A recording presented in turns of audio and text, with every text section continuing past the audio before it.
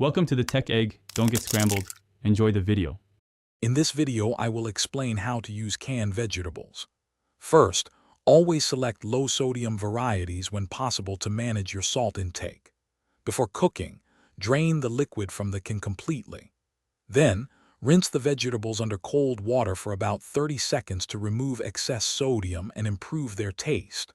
For some dishes, like stir-fries, patting them dry with a paper towel can prevent sogginess and help them brown better.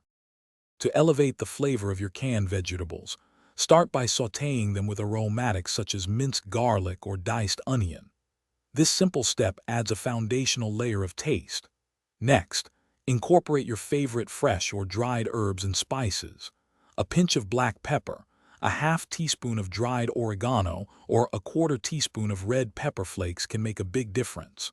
For a richer texture, try roasting or pan-frying them until slightly caramelized.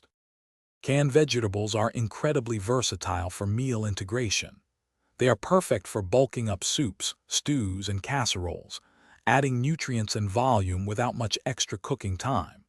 Stir them into pasta sauces, rice pilafs, or grain bowls for a quick and easy way to boost your daily vegetable intake.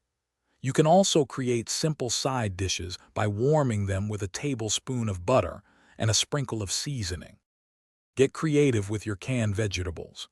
You can blend them into smooth sauces, like a marinara, or creamy dips to sneak in extra nutrients, especially for picky eaters. They also make a fantastic addition to frittatas, omelets, or even savory muffins for a quick and healthy breakfast or brunch. Don't forget to check the description below for a link to grab some Little Trees black ice for your car, along with other great deals. Enjoy experimenting with these versatile ingredients. Thanks for watching. Consider subscribing if I helped unscramble your problems.